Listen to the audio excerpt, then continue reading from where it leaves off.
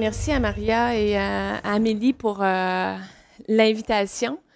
Et aujourd'hui, je viens vous parler justement d'un peu d'une partie de ma thèse, donc qui s'est intéressée à la survie au cancer. Donc, on a développé ici au CHU de Québec. Il y en a probablement parmi vous qui m'ont déjà entendu parler parce que mon projet, ça fait 2 ans que je le présente dans les congrès canadiens à la KIO. Donc, là, ce matin, je ne vous parle pas de mon projet, mais je vous parle juste de certaines petites bouchées de mon projet. Donc, qui s'est intéressé à la survie au cancer chez des femmes atteintes du cancer de l'endomètre. Ce qu'on a fait au CHU de Québec, avec l'équipe interdisciplinaire, on a développé dans une première phase un plan de soins de suivi et dans une deuxième phase, on l'a piloté chez des patientes dans un petit groupe restreint. Donc, ce matin, on m'avait demandé de venir parler des besoins en survie.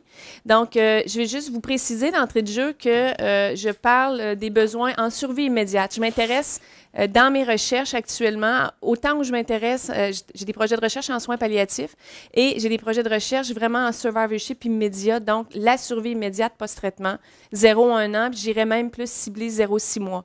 Ce qu'on s'est rendu compte dans la littérature, c'est qu'il y a un gap, il y a une espèce de trou de service où quand les femmes, je vais parler des femmes atteintes du cancer de l'endomètre parce que c'est ma population, il y a en fait, pour tous les personnes qui terminent leur traitement, il y a un gap de service, là. Il y a un trou de service à la fin des traitements. Et il y a de nombreux besoins qui sont nommés dans la littérature en lien avec ça. Donc, je vais, tout au long de ma présentation, vous parler des besoins sur la population en général et aussi sur la population spécifique où moi je l'ai étudiée. Et aussi, j'ai fait ajouter à mon titre pertinence d'une rencontre de fin de traitement. De plus en plus, on commence. En fait, faut que je vous dise que le plan de soins de suivi, c'est devenu un standard de soins aux États-Unis depuis 2015. Donc, depuis 2015, dans les programmes en cancer, il y a une obligation de remettre un plan de soins de suivi à la fin du traitement. Donc, on a commencé, pour remettre le plan de soins de suivi, nécessairement que ça prend une rencontre. On ne l'envoie pas par email ou on ne l'envoie pas. Donc, d'où la nécessité de parler d'une rencontre de fin de traitement et qui est un incontournable, à mon avis. Et selon la littérature, on s'en va vers ça dans les nouvelles recommandations. D'entrée de jeu, je reviens souvent dans mes présentations, je parle souvent de ça. C'est juste pour mettre la table aux personnes qui vont être sous vos soins dans les prochaines années. Donc, à cause du vieillissement de la population, il va y avoir une augmentation importante des gens de 65 ans et plus. Et on le sait que cette population-là est à risque de développer des cancers. En fait, plus de 70 de nos cas atteints de cancer ont 65 ans et plus. Donc, c'est une population qui est à prendre en compte. On dit que la population va doubler d'ici 2036. C'est juste dans 20 ans, ça. Il y en a plusieurs parmi vous qui allaient être encore dans les milieux de travail. Donc, on parle beaucoup, avec le vieillissement, de l'ampleur des maladies chroniques, donc qui est un fardeau pour le système de santé, pour le nôtre et pour tous les systèmes de santé. C'est un défi. Et c'est aussi un fardeau, le vieillissement, pour les proches, qu'on oublie souvent entre autres dans la survie au cancer. Donc, on dit qu'il va y avoir une augmentation de nouveaux cas qui vont être attribuables au vieillissement et le cancer, vous le savez, est devenu une maladie chronique. Donc, on doit traiter le cancer à la fin des traitements comme une maladie chronique. Donc, bien sûr, avec l'amélioration de nos traitements du dépistage, nos gens vivent plus longtemps. Donc, malgré qu'il y ait une augmentation soutenue du nombre de survivants, on a une augmentation des cas de cancer, mais on a une diminution de la mortalité. La survie relative, 63 donc, la survie relative, ça veut dire que 5 ans après mon diagnostic, je suis encore en vie. Donc, on a 63 de l'ensemble des cancers. On sait qu'il y a des cancers que c'est plus rapide que ça, mais en général, si on fait une moyenne générale, c'est 63 Comme je viens de vous le mentionner, 71 de nos personnes atteintes de cancer ont 60 ans et plus, et la population des 65 ans et plus va doubler d'ici 2036. Donc, c'est des patients que vous allez soigner. Bien sûr qu'il y a des facteurs de risque à survivre au cancer, donc qui sont liés, ces facteurs de risque-là, aux modalités de traitement. Donc, aux effets secondaires persistants et à plus long terme. Oui, on survit, mais il y a des effets secondaires, donc il y a des risques au fait de survivre à ces traitements-là. Les les comorbidités qui sont présentes peuvent affecter aussi ces modalités-là. Donc, il y a certains patients plus âgés ou pour différentes comorbidités que les traitements vont être ajustés en survie, donc, et qui va comporter des effets secondaires liés aux comorbidités. Donc, bien sûr, les comportements de santé, tabagisme, alcool, sédentarité sont d'autres facteurs de risque qui sont liés au fait de survivre au cancer.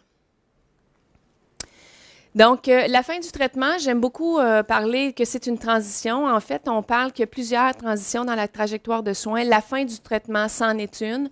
Donc, d'où l'idée de se l'approprier comme infirmière et de rencontrer nos patients à la fin des traitements. Donc, on dit qu'une transition, ça implique un changement. Donc, vous le savez, à la fin des traitements, les patients partent et je vais parler pour la clientèle que je connais. Il y a plusieurs patientes qui m'ont dit que quand ils terminaient leur traitement, par exemple, en radio, ils s'en allaient chez elles, elles revenaient 3 à 6 mois après, et c'était vraiment une période de changement, c'était une période vers où je m'en vais. C'est quoi, quand je vais revenir à 3 mois, à 6 mois, ça va être quoi les examens? Est-ce que je vais passer un TACO? Est-ce que je vais avoir des prises de sang, examens gynécologiques? Donc, c'est vraiment cette transition-là, comme d'autres dans la trajectoire, c'est vraiment la fin de traitement, une transition qui amène des déséquilibres. Il y a de nombreux besoins, c'est sur ça qu'on va s'attarder ce matin. Et ça prend de nouvelles connaissances et je dois modifier mes comportements. Notamment en cancer de l'endomètre, on sait qu'un des facteurs de risque, c'est l'obésité, donc le surpoids. Donc, si je veux mettre toutes les chances de mon côté, je vais avoir à adopter de nouveaux comportements. Je vais avoir à changer des choses dans ma vie dans cette période-là. Donc, on dit, et ça, c'est dans la littérature, là, vraiment at large, tous les survivants, les patients se sentent perdus dans cette transition-là entre les soins spécialisés primaires. Notamment, si je fais juste penser aux médecins de famille, je fais quoi après? Parce que là, quand je venais ici, souvent, le médecin spécialiste faisait mes prescriptions, me renouvelait. Là, je fais quoi quand je termine? Ça, on va en parler un petit peu plus tard aussi. Donc, il y a comme est-ce que je reviens ici si j'ai un autre problème? Hein? Souvent, les gynéco-oncologues disaient, moi, ma spécialité, c'est ici. Ce qu'il y a ailleurs de ça, ça ne relève plus de moi, là. Donc, mais il y a encore du travail, beaucoup à faire. Donc, il y a comme un sentiment que les personnes se sentent perdues. Il y a de plus en plus d'études qui rapportent qu'il y a des difficultés liées. On commence, en fait, à nommer cette période-là, puis on commence à s'apercevoir, on fait quoi avec nos patients quand ils terminent? On les laisse aller et il y a comme... donc, on commence à dire qu'il y a des difficultés et surtout, on commence à nommer la fin de traitement comme une transition dans la trajectoire de soins, au même titre que le début des traitements, au même titre que d'autres périodes à l'annonce du diagnostic. Donc, c'est une période qui est importante. On dit de plus en plus que c'est une phase distincte, mais comme je viens de le mentionner, elle est négligée dans l'ensemble de la trajectoire de soins. Ici, j'en ai mis que quelques-unes des conséquences de la maladie et des traitements. On pourrait en nommer de nombreuses. Je vais faire un lien tout à l'heure avec ce que nous, on a trouvé dans notre recherche au CHU de Québec. La part de la récidive, bien, vous en doutez, si vous suivez des patients en post-traitement, c'est toujours la première crainte, la première peur qui arrive. Et en fait, elle reste toujours comme une épée de Damoclès au-dessus de la tête. Les patients le nomment comme ça. Beaucoup de détresse émotionnelle. On fait le dépistage de la détresse avec l'ODD dans la trajectoire de soins, mais maintenant, il faudrait le faire à la fin du traitement aussi, voir comment nos patients sont. Idéalement, on ferait le dépistage aussi au premier suivi dans la première année, à tout le moins. C'est pas fait. Donc, il faut commencer à réfléchir à ces éléments-là. Bien sûr, il y a tout le niveau physique, fatigue, douleur, des problèmes de fonctionnement physique, les effets secondaires qui sont persistants et tardifs aussi, où, je tiens à le mentionner très souvent, les patients ne sont pas avisés de ça, se posent des questions, ou on les a avisés, comme par exemple dans notre étude, on s'est rendu compte en questionnant en radio-onco que pour la survie au cancer, on donnait l'information à la consultation pour la radio. Cette consultation-là a à peu près lieu 2 à 3 semaines avant les traitements. Les traitements durent 5 semaines. Et après, alors, si on m'a dit que j'étais pour avoir du sang dans mes selles, après mon traitement de radio, on me l'a dit 8 à 10 semaines avant. ça se peut que je m'en souvienne plus, puis ça se peut que j'arrive à l'urgence paniquée ou que je vous appelle, j'appelle mon IPO, paniquée parce que je m'en souvenais plus. Donc, bonne information au bon moment, ça, c'est une importance capitale. Bon, bien sûr, là, toutes les autres conséquences, changements, souvent, on oublie les changements dans les rôles. Hein. Avant, c'était tout moi qui faisais à la maison. Maintenant, je suis fatiguée. Je suis après mes traitements, mais je suis fatiguée. Je me sens pas capable. Donc, il y a des changements à ce niveau-là. L'image de soi, si on parle de certains cancers, comme le cancer du sein. Changement dans l'emploi. Vous allez le voir un petit peu plus loin. Il y a 40 de mes patientes dans l'étude qui m'ont parlé que c'était, il avait peur. Ils ne savaient pas ce qui était pour arriver avec l'emploi. Donc, beaucoup d'inquiétudes, notamment aussi dans la sexualité. Cancer gynécologique, c'est ressorti aussi beaucoup. Ça sort dans la littérature et au niveau cognitif. Donc, vous voyez, ça, c'est juste quelques-unes que j'ai ressorties et que la littérature ressort. Il y a de nombreuses conséquences de la maladie et des traitements après. Donc, les besoins, ce qu'on voit dans la littérature actuelle, c'est qu'ils se sentent pas, les survivants ne se sentent pas préparés pour l'après-traitement et ils ont de nombreux besoins insatisfaits. On va les voir. Donc, beaucoup, ce qu'on voit beaucoup, besoins physiques, besoins informationnels et besoins psychologiques, c'est ce qu'on va voir ce matin. Donc, les besoins physiques, bien sûr, associés à la maladie et au traitement, vont affecter la qualité de vie, la persistance des symptômes, les nombreux défis dans la restauration, le maintien de la santé vers la survie. Donc, de nombreux besoins. Puis ici, j'ai pris, par exemple, juste si on prend un symptôme de fatigue. La fatigue peut amener de l'invalidité, hein? On n'est pas capable de vaquer à ce qu'on faisait. Peut amener de l'anxiété. Ça me rend anxieuse de toujours être fatiguée comme ça. Ça amène de l'humeur dépressive. Ça peut amener des troubles de sommeil et diminuer la qualité de vie. J'ai pris une problématique, une problématique de santé physique peut avoir tous ces effets-là. Et très souvent, les gens sont pris avec ça seuls. Et les proches aidants essaient du mieux qu'ils peuvent de soutenir, mais ce n'est pas toujours facile.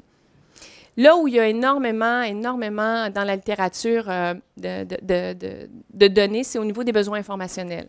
Et comme je viens de vous mentionner, la bonne information au bon moment, c'est pas tout à fait... on répertorie toutes sortes de choses dans la littérature, entre autres de l'information qui est donnée au début quand je m'en vais faire mon premier traitement de chimio. Et l'information qui est donnée là, par exemple, il y avait une étude qui parlait de l'information sur la nutrition. Il n'y a rien qui passe parce que là, je ne pense pas à ce que je vais manger. Là, c'est mon premier traitement mon énergie et ma concentration est sur cela. Donc, au niveau des besoins informationnels, souvent, ce qu'on dit, c'est que la bonne information n'est pas donnée au bon moment. Et l'exemple que nous, on a vécu au CHU de Québec avec la radiothérapie, c'est un exemple. Donc, de nouveau, beaucoup de besoins d'information sur ce qui s'en vient. Donc, combien de temps mes symptômes vont persister? Qu'est-ce qui peut, parce que souvent, il y a ceux qu'on a déjà qui persistent, c'est une chose, mais il y en a des nouveaux qui arrivent. Et très souvent, quand un nouveau symptôme, si je ne le sais pas, si on ne m'a pas informé, tout de suite, la première idée, c'est que le cancer est revenu ou il est revenu ailleurs. Je ne sais pas si vous avez remarqué, mais très souvent, vos patients, après les traitements, s'ils ont un rhume, peu importe le symptôme, tout de suite, la première idée, c'est que c'est une récidive. Et là, il faut les informer qu'avant la période de la maladie, il y avait des fois mal à la tête, il y avait des fois des rhumes, Donc, le besoin de se faire dire ces choses-là, besoin d'information est très grand. Sur les symptômes d'une récidive, qu'est-ce que j'ai à surveiller? Et on va voir un peu plus loin, le plan de soins de suivi peut répondre à ce genre de questions-là ponctuelles. Donc, c'est quoi que j'ai à surveiller pour une récidive? C'est quoi que j'ai à surveiller pour un second cancer? Quand est-ce que je reviens? Quand est-ce que je vous appelle? Quand est-ce que je reviens voir le médecin? Est-ce qu'il faut que je revienne à l'urgence? Donc, beaucoup d'informations liées aux symptômes. Comportement de santé, suivi recommandé. Bien sûr, les comportements de santé, il faut en parler parce que, comme je vous l'ai mentionné, il y a des choses qu'il faut qu'ils changent dans cette transition-là au niveau de mes comportements. Et le suivi. En fait, très souvent, on va leur dire, vous revenez dans 3 mois, 6 mois, mais on ne le sait pas c'est quoi les examens. Donc, manque d'information. C'est répertorié beaucoup dans la littérature, ça. Les besoins psychosociaux, donc l'impact de la maladie, on en a parlé dans les conséquences, et du traitement peut se manifester par de la dépression et de l'anxiété.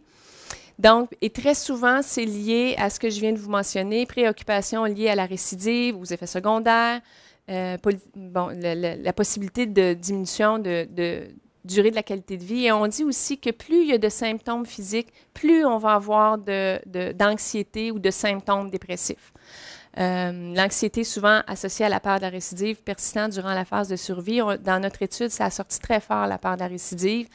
C'était tout le temps nommé et dans les indicateurs de questionnaire, parce qu'on a mesuré ça par questionnaire, et dans toutes les entrevues qu'on a faites, vraiment, ça revient. Donc, l'anxiété est souvent liée à la peur de la récidive. Et comme je vous dis, plus il y a de symptômes, plus j'ai cette peur-là de la récidive et plus il y a des risques de détresse. Donc, personnes qui ont davantage de symptômes physiques ont plus de peur de récidive. Notre étude, ce que ça a donné, en fait, ce qui est sorti comme prioritaire, comme besoin, c'est vraiment les besoins d'information de toutes sortes. On va voir quelques verbatims qui en parlent. Le soutien émotionnel, la crainte de la récidive, comme je vous ai dit, à 75 ça a été nommé par à peu près toutes les participantes. Le soutien relationnel, donc le besoin de se sentir soutenu, parce que très souvent, et j'imagine qu'on vous l'a déjà dit, les patientes vous l'ont dit, c'est comme tu as fini tes traitements, peux-tu passer à autre chose? C'est un peu ça, là. Puis des fois, les proches veulent comme remonter le moral, hein. Ils veulent, c'est bravo, tu as fini tes traitements, donc maintenant, tu es supposé de reprendre ta vie normale, ce qui n'est pas cela. Donc, les symptômes physiques sont ressortis. Adaptation au changement. Quand on parle que la fin du traitement, c'est une transition qui apporte des changements, c'est ressorti dans nos données.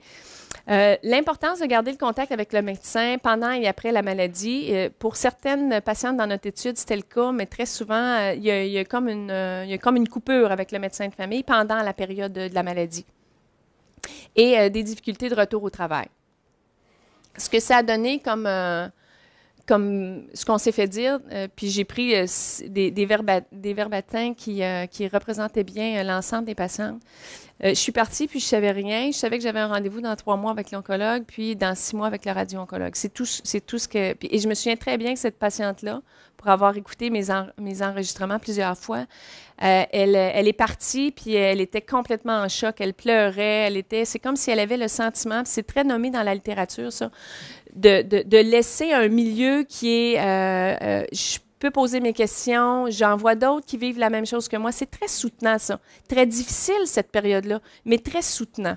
Et je me souviens très bien, et c'était une jeune patiente, puis moi, ça m'avait marqué. Et ensuite de ça, je suis allée voir dans la littérature s'il y avait d'autres études qui répertoriaient ça. Puis oui, on le voyait beaucoup en cancer du sein, entre autres. Soutien émotionnel, crainte de la récidive. Des fois, je file tellement mal... Puis tu te demandes si ça ne serait pas infiltré quelque part d'autre. Est-ce que ça va revenir? Comment vais-je le savoir? Ça, c'est beaucoup de questions qui reviennent, et pas juste dans notre étude, vraiment dans la littérature aussi. Puis comme je vous dis, aussitôt qu'il y a un nouveau symptôme ou un symptôme, c'est tout de suite lié. Puis j'imagine que vous le savez, vous avez, j'imagine, beaucoup d'appels en ce sens-là. Soutien relationnel. Ça c'est revenu, celle-là, elle l'a bien dit, c'est revenu souvent ça aussi. Après les traitements, les gens ont l'impression qu'on est guéri, il devient plus difficile d'en parler. On a l'impression que les gens ont besoin qu'on passe à d'autres choses. Et très souvent, ce qui était dit aussi dans les entrevues, c'est comme, là, ça fait quelques mois que ma famille n'entend rien que parler de ça, je ne veux plus en parler, il ne faut plus en parler. Et la détresse émotionnelle, très souvent, augmente parce que les symptômes peuvent continuer. Je suis fatiguée, mais je n'ose pas trop en parler. J'ai de la misère à faire j'ai de la misère quand on m'invite à accepter il faut que j'en choisisse une ou deux. Avant, j'étais de party. Fait que c'est toutes des choses qui sont revenues, ça. Donc, ce soutien-là, après les traitements, est excessivement important. Gestion des symptômes physiques, donc c'est comme, ça aussi, ça revenait. C'est comme si au lieu d'avoir 24 heures dans ma journée, j'en avais la moitié. J'ai des patientes qui m'ont dit, je plie 2 débarbouillettes, il faut que j'aille me coucher, là. Donc, puis, toute la fatigue, si on prend juste ce symptôme-là, très souvent, les patients vont dire... c'est pas normal d'être fatigué de même. Il y a quelque chose, là, les traitements n'ont pas fonctionné, donc d'où l'importance par exemple, dans une rencontre de fin de traitement où on pourrait un peu faire du pouce sur la fatigue, par exemple. Adaptation au changement, c'est comme s'il fallait que je réenligne ma vie pour que cette nouvelle-là soit à l'image de ce que j'ai vraiment le goût de vivre maintenant. Fait qu'il y a tout le quand on parlait de transition, changement, il y a toute cette notion-là que ma vie change, j'ai des comportements à changer et très souvent, je ne veux pas retomber dans les mêmes souliers que j'étais avant la maladie. L'importance de garder contact avec le médecin de famille pendant et après la maladie. Donc, souvent, ça, c'est revenu. Et quand on a développé aussi l'outil, les spécialistes nous disaient, puis on a mis un libellé particulier dans le plan de soins de suivi pour dire aux patients que tout ce qui n'est pas oncologique, on retourne voir le médecin de famille. Donc, ce lien-là aussi entre les soins tertiaires et la première ligne via le médecin de famille, et pas toujours, même s'ils ont un médecin de famille très souvent, puis de façon un peu, c'est un peu paradoxal, mais c'est plus facile d'avoir un rendez-vous avec leur spécialiste qu'avec leur médecin de famille. Alors, très souvent, ils passent par vous autres pour avoir un rendez-vous ou parler de leurs symptômes. Donc, difficulté de retour au travail, comment je vais réintégrer l'emploi, ça me préoccupe tellement, très souvent lié aux symptômes physiques, là. Maintenant, je vais vous parler un peu de la rencontre de fin de traitement. Donc, c'est bien beau de dire qu'il faut les informer, mais ça prend un moment pour le faire, puis ça prend le bon moment pour le faire. Donc, une rencontre de fin de traitement pourra avoir comme but de répondre à chacun des besoins, en fait, des besoins individuels et de faciliter cette transition-là. Donc, donner de l'information pour que je parte et je sache ce qui s'en vient. Donc, et quand on parle, si on dit que le cancer est devenu une condition chronique, il faut le traiter ainsi. Donc, la qualité des soins de survie implique des composantes essentielles de soins qu'on retrouve dans d'autres maladies chroniques et dans un système qui va faciliter l'accès à des soins complets et coordonnés. Donc, dans les recommandations de l'Institute of Medicine, l'IOM, qui ont commencé, en fait, ça a été le rapport charnière, qui ont commencé à parler de la survie au cancer, puis qui ont dit, bien là, il faut vraiment commencer à mettre en place des éléments pour répondre aux besoins de cette transition-là ou de cette phase-là. Et dans la première recommandation, c'est de mettre en place, en fait, d'organiser les soins de survie, organiser les soins du cancer qui devient une condition chronique. Et on parle aussi de ça, de favoriser cette intégration-là, de continuer les soins, donc d'après le traitement vers la survie, et on inclut aussi les soins palliatifs. Donc, c'est des choses qui sont nommées déjà, et actuellement, il n'y a absolument rien qui est fait.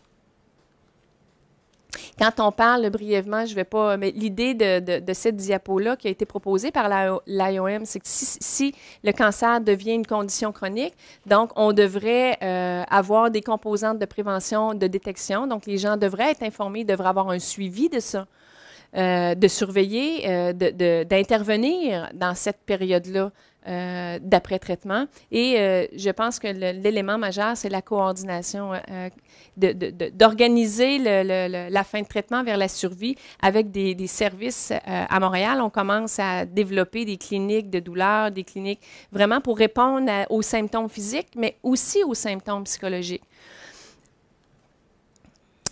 Donc, qu'est-ce que ça permettrait, une rencontre de fin de traitement et de mettre le plan de soins de suivi comme outil de transition.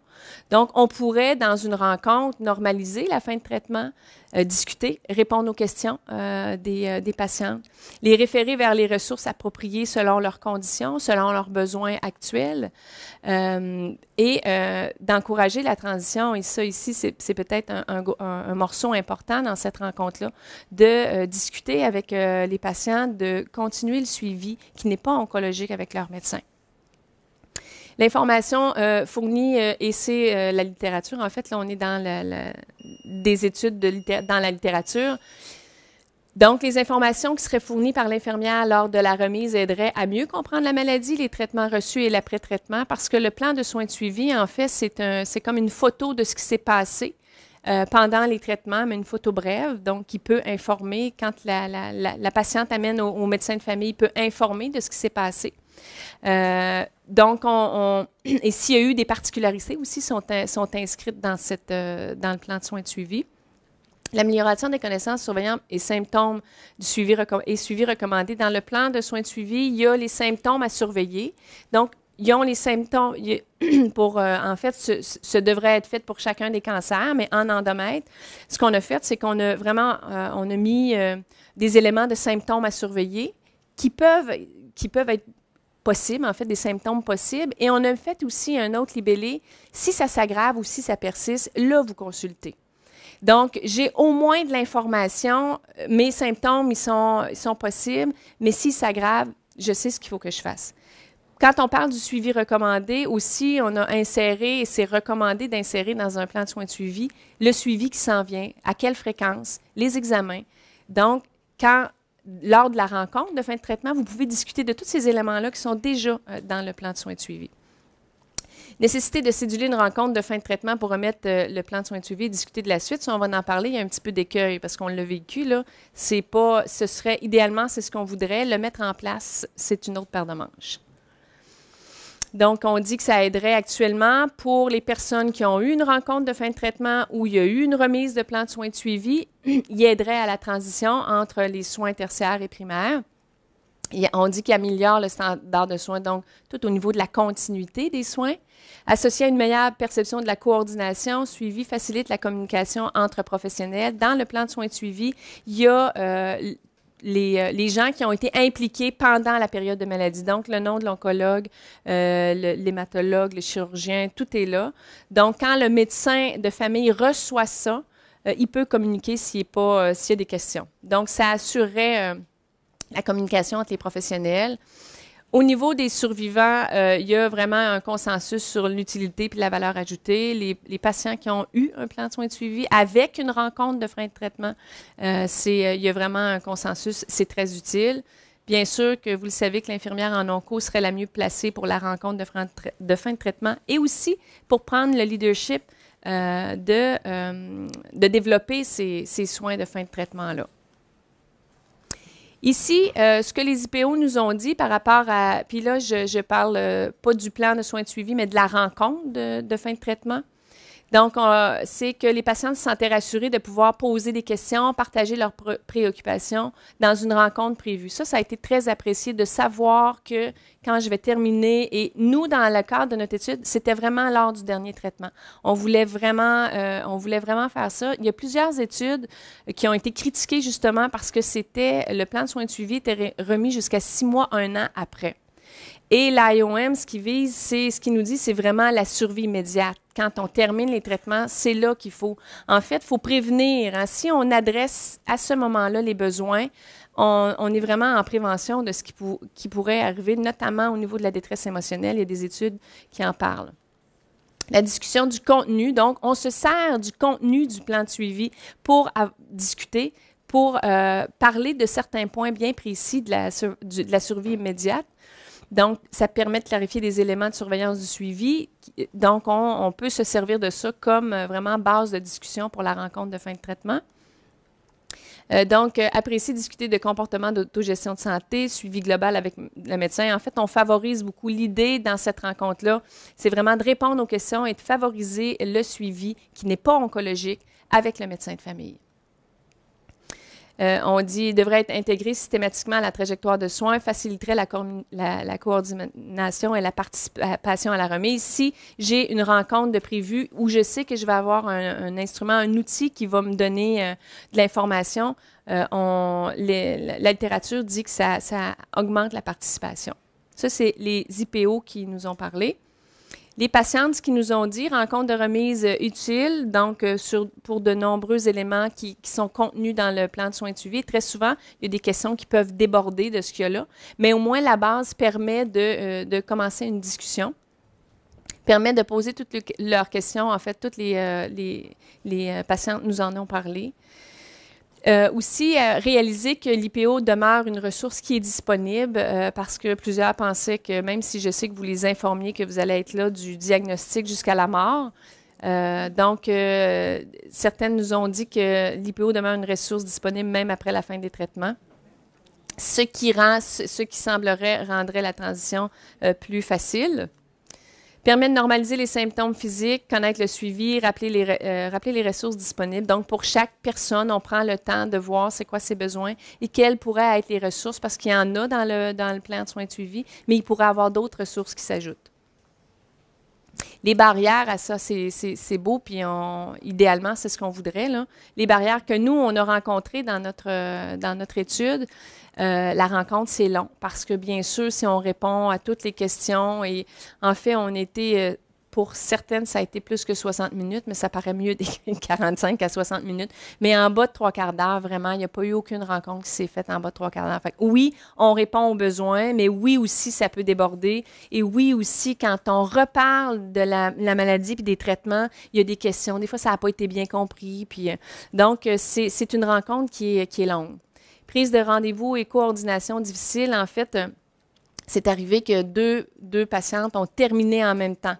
Je fais quoi, moi, quand je veux aller, parce que ce n'était pas prévu, parce l'heure est déplacée, a été devancée, la journée a changé. Vous le savez, ça arrive fréquemment, notamment en radio. Donc, des changements, on fait quoi? Puis l'idée aussi derrière notre projet, nous, c'était de ne pas faire revenir la personne. Donc, on voulait vraiment faire la rencontre à la fin des traitements.